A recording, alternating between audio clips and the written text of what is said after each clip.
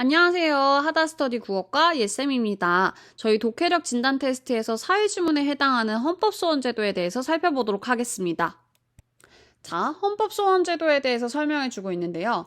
헌법재판소의 공권력 위헌 여부를 심사 청구하고 기본권을 구제받는 제도로서 대한민국 국민 누구나 법인도 가능하다라고 하는 조건을 설명해주고 있어요. 자, 그랬을 때 법률적 요건으로 처음에는 이제 다 같이 설명을 해주다가 하나씩 들어서 설명을 해주고 있는데 공권력에 대해서는 헌법에 의해 부여된 것만 가능하고 기본권 침해는 자기 관련된 것이어야 되고 구체적인 행동이나 방법이 아닌 집행이 근거가 되는 법이 직접적으로 그리고 현재 침해에 대해서만 한정한다라고 하는 거 그리고 다른 법률 구제 절차가 있다라고 하면 해당 절차를 모두 거친 후에 청구한다라고 하는 보충성 그리고 인지한 날부터 90일 이내 발생일부터 1년 이내라고 하는 청구기간 그리고 변호사가 반드시 선임된 상태에서 청구를 하여야 된다라고 하는 요건을 설명해주고 있고 헌법소원 청구 과정에 대해서 처음에 지정재판부 사전 심사를 통해서 법률적 요건 충족성에 대해서만 판단을 하고 충족이 되지 않는다라고 하면 각하가 되어서 전원재판부 본안심리로 넘어간다라고 하는 거 그래서 지정재판부 전원 일치가 되지 않고 청구 30일까지 결정이 안 된 경우에 전원재판부가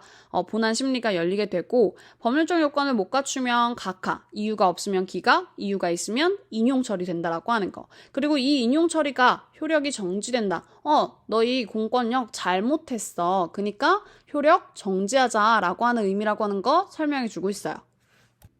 세부 정보를 묻는 1단계 문제에서 3번 문제를 살펴볼 건데요. 다른 사람의 기본권 침해를 막기 위해 헌법소원을 청구한 경우 각하 결정이 내려진다라고 되어 있는데 세 번째, 다섯 번째 문단을 살펴보면 우리 자신의 기본권이 침해받아야 된다라고 얘기를 하고 있어요. 자, 이 조건이 충족이 되지 못했기 때문에 요건을 갖추지 못했다라고 판단이 될 거고 그럼 각하 결정이 내려진다라고 얘기했기 때문에 맞는 설명이라고 할 수 있습니다. 자, 우리 2단계 문제 같은 경우에는 구체적 상황에 적용하는 문제였는데요. 4번 문제를 살펴보면 키워드만 한번 따볼게요. 자, 법원에서 유죄 판결을 받았고 대법원까지 확정 판결이 났다라고 얘기를 하고 있어요. 자, 그랬을 때 이 문단을 우리 살펴보면 사법권력은 원칙적으로는 공권력에 속하는 거래요. 자, 그런데 얘를 헌법소원 대상으로 할 경우 사법체계를 흔들 수 있기 때문에 대상에서 제외를 한대요. 약간 예외적인 부분에 해당하는 부분이죠. 자, 그랬을 때 문제에서 법원에서 유죄 판결, 대법원까지 확정 판결이 났다라고 사법에 대해서 얘기를 하고 있기 때문에 얘는 틀린 설명이라고 할 수 있습니다. 자, 여기서 사법 같은 경우에는 일반적인 법률을 얘기하는 거기 때문에 일반적인 법률에 해당하는 부분이라서 틀린 설명이 되는 거예요. 자, 5번 문제를 이어서 살펴보면 자, 키워드를 한번 따보죠. 시에서 운영하는 경기장에 전용 시설이 갖춰지지 않아서 관람을 하지 못했대요.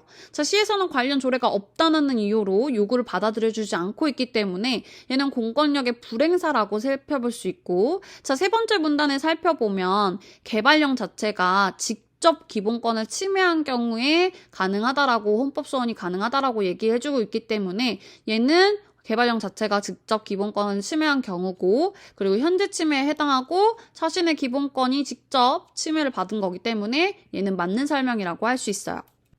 자, 3단계 문제 같은 경우에는 보기에 대한 반응으로 적절한 것을 보는 거였는데요. 자, 보기를 한번 정리를 해보면 학교폭력 예방법 17조 1항, 그 다음 민사소송 1심에서 기각이 됐고 그 다음 그 후에 이 헌법소원을 청구를 했어요. 자, 그런데 헌법소원과 동시에 진행됐을 때 민사소송에선 2심, 3심 모두 기각이 됐고 헌법재판소, 이거 지문에서 헌법소원 받아주는 곳이었는데 자, 근데 그곳에서 재심 청구나 행정소송 같은 구제 절차가 가능하다라고 얘기를 해주고 있고 재판관 7대2의 의견으로 합헌 및 각하 결정이 내려졌다라고 얘기하고 있어요. 자, 우리 보기 문제가 나왔을 때 지문하고 최대한 엮어서 조건을 확인해줘야 된다라고 얘기했었어요. 자, 그럼 조건을 한번 정리해보자면 어떻게 정리할 수 있는지 한번 살펴볼게요. 자, 헌법재판소에서는 재심 청구 행정소송과 같은 다른 구제 절차가 존재하고 재판관 7대2의 합헌 및 각하 결정이 이루어져 있다고 보기에 정리되어 있어요. 자, 그랬을 때 4문단의 보충성을 살펴보면 우리 다른 법률의 구제 절차가 있으면 그걸 모두 거친 후에 헌법소원을 청구할 수 있다라고 얘기하고 있으니까 다른 구제 절차가 존재하면 안 되겠구나 라고 하는 거 체크할 수 있고 자, 5문단을 살펴보면 법률적 요건을 갖추지 못할 경우에는 각하 결정이 이루어지고 있다라고 얘기해요. 자, 그러면 각하 결정이 이루어졌다라고 하는 거기 때문에 법률적 요건을 갖추지 못했다라고 판단했다는 거고, 자, 1번 문제를 살펴보면 헌법재판소에서는 A의 청구가 법률적 요건을 갖추었다라고 보고 있다는데 그건 틀린 설명이 되겠죠. 3번 문제 살펴보면 헌법재판소의 합헌 결정은 학교장의 여러 개의 처벌 조치를 병과한 행위에 대한 판단을 근거로 한 것이겠군 이라고 했을 때 키워드를 잡아보면 행위의 판단을 근거로 한대요. 자, 그런데 우리 세 번째 문단을 살펴보면 직접성 얘기를 하면서 행위와 상관없이 헌법소원의 대상이 행동이나 방법이 아니라 집행의 근거가 되는 법이라고 얘기를 하고 있기 때문에 행위에 대한 판단을 근거로 한 것 틀린 설명이라고 생각할 수 있습니다. 자, 4단계는 기억, 니은 문제였는데요. 기억, 니은을 정확하게 잡아주셨어야 돼요. 자, 기억은 지정재판부, 니은은 전원재판부라고 했을 때 4번 문제 살펴보면 니은부터 먼저 나오고 있어요. 절대 낚이면 안 돼요. 자, 전원재판부에서는 과반수 찬성으로 각하 결정이 가능하지만 지정재판부에서는 각하 결정이 안 될 수도 있대요. 자, 5번째 문단 살펴보면 지정재판부에서 요건을 갖추지 못했을 때 각하 결정을 내리는데 그러나 나왔으니까 각하 결정이 안 되는 경우 설명해 주겠죠? 자, 전원일치가 안 되거나 30일이 지나도록 결정이 안 되면 전원재판부에서 본안 심리를 하고,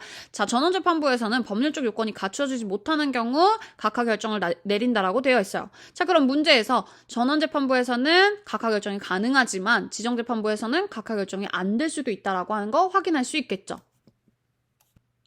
자, 사회지문 같은 경우 이런 식으로 조건을 주는 경우도 있어요. 자, 그랬을 때 이런 조건들이 나온다라고 했을 때 이 설명에 대한 조건 이거, 이 설명에 대한 조건 이거, 다만 예외 이거 라고 하는 식으로 정리를 잘 하면서 읽어주고, 사례 보기가 나오거나 또는 사례에 해당하는 문제가 나온다라고 하면 그 부분에 잘 적용해서 지문과 엮어서 살펴보는 것이 필요합니다. 저희는 다음 시간에 만날게요. 안녕!